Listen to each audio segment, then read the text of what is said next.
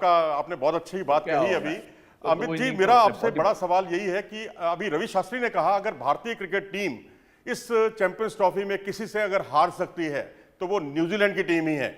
कितनी चुनौतियां आपको लग रही हैं, कहां ऐसे ग्रे एरियाज हैं जहां हमें काम करने की जरूरत है? और जिस तरह से हमने कैच टपकाए पिछले कुछ मैचों में, और मेरे ख्याल से फील्डिंग उनकी हम पर काफी हावी है, क्या कहेंगे आप? नहीं, इसमें कोई डाउट नहीं है कि वो फाइटर हैं और लास्ट तक लड़ते रहते हैं कि गेम अगर हाथ से जा भी रहा है लेकिन तब भी वो लड़ते रहेंगे। ये उनके अंदर खासियत है न्यूजीलैंड के अंदर। और सबसे बड़ी जो उनकी स्ट्रेंथ जो मैं कहूंगा, जिस तरह कि आपने भी मेंशन करा है, उनकी फील्डिंग के ऊपर उनके बहुत ज्यादा ध्यान रहता है और बहुत अच्छी फील्डिंग करते हैं और लड़ते रहते हैं। सबसे अच्छी चीज जो मुझे उनके अंदर लगती है, रवि शास्त्री ने बिल्कुल ठीक बात कही है, वो इसलिए कही है क्योंकि ये टीम ऐसी है, कभी भी हार नहीं मानती है, लड़ती रहेगी। बेशक से मैच हार जाए लेकिन लास्ट तक लड़ती रहेगी। इनके अंदर ये सबसे अच्छी चीज है। और जैसा कि आपने फील्डिंग की इनकी बात करी, उसमें नो डाउट हमसे थोड़े से ऊपर हैं वो फील्डिंग में, लेकिन स्किल वाइज और स्ट्रेंथ वाइज और टीम वाइज हम उनसे ऊपर हैं।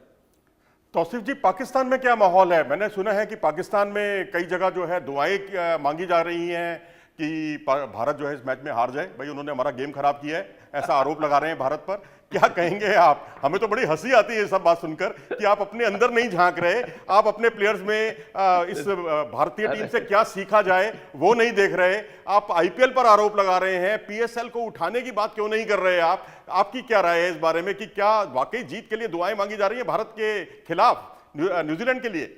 मनोज जी, मैं भी कुछ ऐड करना चाहूंगी। उनके एक डिबेट शो में ये भी कहा गया है कि ग्लेन मैक्सवेल ने फिक्सिंग की थी, पूरी साजिश थी, जान के हारे थे वो। देखिए, मैं बीइंग ए क्रिकेटर, मैं आपको सच बोलूं, हमारा ये कि हमसे ज्यादा तो ये जो बैठे हैं टीवी पे कोई भी नहीं खेला इंडिया के खिलाफ से जो है। हमारा जो प्रॉब्लम है वो सिर्फ क्रिकेट का नहीं है, हमारी अवाम का बहुत बड़ा प्रॉब्लम है। और हमारी अवाम में अवेयरनेस तो है, डेफिनेटली अवेयरनेस है, बट आई थिंक प्लेयर जो हैं, हम प्लेयर जो हैं, वो कभी भी इस चीज को नहीं देखते। और मैं ग्रेट प्लेयरों के साथ खेल रहा हूँ, ये तो कुछ भी प्लेयर नहीं है जिनके साथ मैं खेल रहा हूँ। तो मेरा ख्याल है अगर ऐसी कोई सोच रखता है तो ये इतनी अच्छी सोच नहीं है। और जाहिर है अगर उसकी सोच है भी ना, अब प्लेयर की तो होनी नहीं चाहिए, क्रिकेटर की तो होनी ही नहीं चाहिए। आवाम अगर कोई बात कर रहा है तो वो फिर वो गवर्नमेंट लेवल पे जो चीजें हो रही हैं उसको देख रहा है बस। मैं तो इस चीज से बहुत अगेंस्ट हूँ। और डेफिनेटली आपके यहाँ से भी लोग कोशिश कर रहे हैं, यहाँ पर आए भी हैं, सारा कुछ है, कोशिश कर रहे हैं कि हमारी सीरीज और ज्यादा सीरीज खेलें। यही मेरा भी मानना है कि हम खेलें, खूब खेलें। लेकिन ये चीजें देखिए, पांचों उंगलियां एक सी नहीं होती ना, तो इसको ये समझ के छोड़ दें। मैं क्रिकेट से लव करता हूं, मुझे इस वक्त कोहली चारों तरफ नजर आ रहा है और उनकी पूरी टीम आपकी नजर आ रही है, तो मैं तो उसको फॉलो करता हूं, मैं इसको नहीं। अब अगर कोई कर रहा है तो आई थिंक उसका माइंड जो है वो बिल्कुल डिफरेंट है, उसको अपनी सोच बदलनी पड़ेगी, सबको अपनी सोच बदलनी पड़ेगी इस मामले में। इंडिया बहुत अच्छा खेल के आया है, सारा कुछ है, 2-3 डिबेटें चल रही हैं, ठीक है। मैं खुद भी कहता हूं थोड़ा सा कि हाँ जी जब हुआ है, लेकिन ये आप लोगों ने पहले ही से ही कर लिया था कि इंडिया ने जो है वो वहां पर क्रिकेट खेलनी है, तो खत्म हो गई बात। अभी ये बातें करने की, चाहे इंग्लैंड कर रहा है या ऑस्ट्रेलिया कर रहा है या कोई, भाई आपको भी तो मौका मिला, आप उस वक्त कुछ कहते हैं ना, इस वक्त बात करने का कोई फायदा नहीं है। मैं तो कहता हूं कि फजूल की बात है, इसको बिल्कुल इग्नोर करना चाहिए। जो हो गया, आप उस वक्त क्यों नहीं बोले? अगर ऐसा कोई था, ऐसी कोई चीज आपको नजर आ रही थी। हाँ, एक चीज जरूर कहूंगा, थोड़ा लॉस हो गया इंडियन बैट्समैनों को और खास तौर पे कोहली को।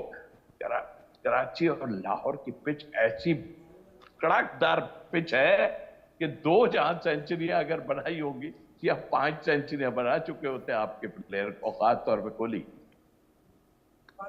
चलिए, अभी हमारे साथ राजेश चौहान भी जुड़ने वाले हैं। जैसे ही जुड़ते हैं मैं कोशिश करूंगा कि उनसे मैं कुछ सवाल, मेरे कुछ खास तौर पर उनके लिए कुछ सवाल हैं।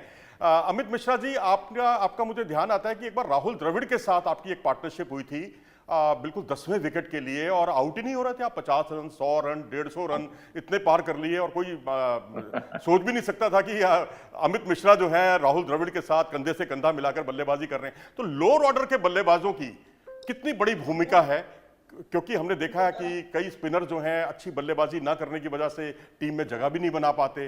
तो जिस तरह से मिचेल सेंटनर हिटिंग करते हैं लास्ट में आकर, या ये कहिए कि ब्रेसवेल जो है हिटिंग करते हैं, बहुत अच्छे पावर बड़े बड़े शॉट खेलते हैं, इधर से अक्षर पटेल करते हैं, तो लोअर ऑर्डर के जो हमारे स्पिनर्स हैं खासतौर पर, उनका कितना बड़ा महत्व होता है किसी भी मैच को जीतने में?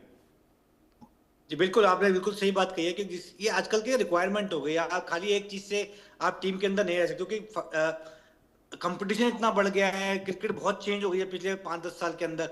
तो आपको बैटिंग भी करनी पड़ेगी और साथ में फील्डिंग भी करनी पड़ेगी। बहुत फिटनेस का लेवल बहुत हाई रखना पड़ेगा अगर आपको अच्छे लेवल पे कम्पीट करना और नंबर 1 या नंबर 2 पे रहना है, टॉप 5 के अंदर अपनी टीम को रखना है, तो आपको हर चीज में इंप्रूवमेंट करें। यही वजह है कि हमारी टीम के अंदर आज 3 ऑलराउंडर हैं। एक हार्दिक पांड्या कह सकता हूँ, ले लीजिए आप,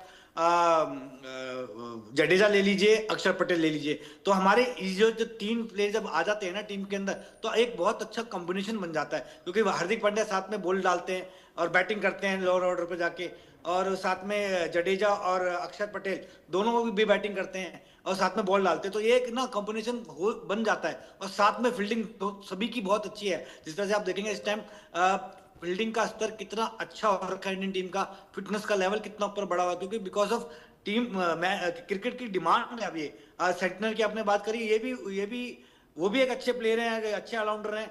उनकी टीम में भी यही है, उनको भी यही पता है कि आजकल की क्रिकेट जो डिमांड करती है उसी तरह के उनके पास प्लेयर है। आजकल मैं ये नहीं कहूंगा कि खाली ये 2 टीमें, मोस्टली आप देखेंगे हर टीमों के पास 2 से 3 ऑलराउंडर रहते हैं जो बॉलिंग भी करे, बैटिंग भी करे, और साथ में फिटनेस लेवल, फील्डिंग बहुत ही इंपॉर्टेंट हो गई है आजकल की क्रिकेट के अंदर। कि आपकी टीम अगर फील्डिंग से 15-20 रन रोक लेती है, 1-2 अच्छे कैच पकड़ लेती है, तो आपका हमेशा दूसरी टीम के ऊपर एक प्रेशर बना रहता है, और 10% 5% आप ऊपर रहते हैं हमेशा। अमित जी, वैसे तो भारत पाकिस्तान का मैच जिस पिच पर हुआ था उसी पिच पर यह मुकाबला खेला जा रहा है, जैसे कि खबरें आई हैं।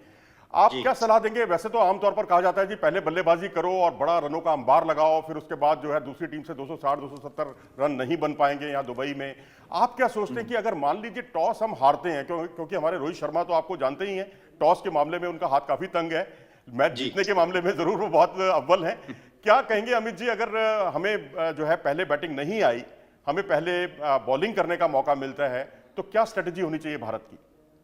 आई थिंक मेरे ख्याल से वही होनी चाहिए कि एक जगह पे बॉल डाली जाए और कोशिश ये करी जाए कि कम से कम बाउंड्रीज और बहुत लूज बॉल कम से कम हो, और फील्डिंग, जिससे फील्डिंग बहुत इंपॉर्टेंट हो गई है।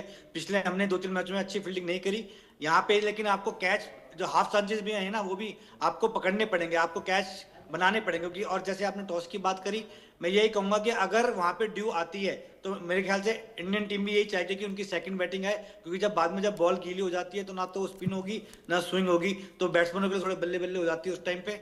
तो मैं ये चाहूंगा जिस तरह से हमारी स्ट्रेंथ है और बैटिंग भी अच्छी है, ऑलराउंडर्स भी अच्छे हैं हमारे पास, नंबर 7-8 तक हमारे पास बैट्समैन है, तो मुझे लगता है कि अगर ड्यू आती है तो मेरे ख्याल से अगर पहले बॉलिंग आ जाए तो ज्यादा बेटर रहेगी, और बॉलिंग जब भी आए तो कोशिश यही रहे कि जगह पे बॉल डाले।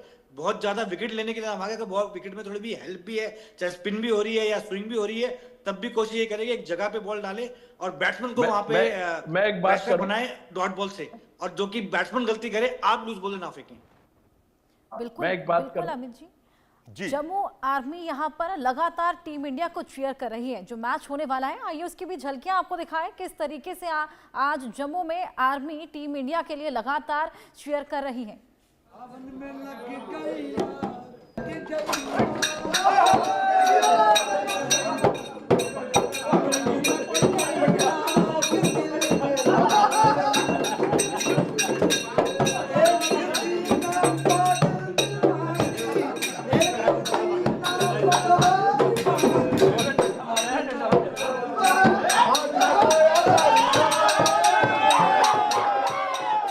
राहुल, ये जुड़े नहीं क्या? बनाए हर डिश को खास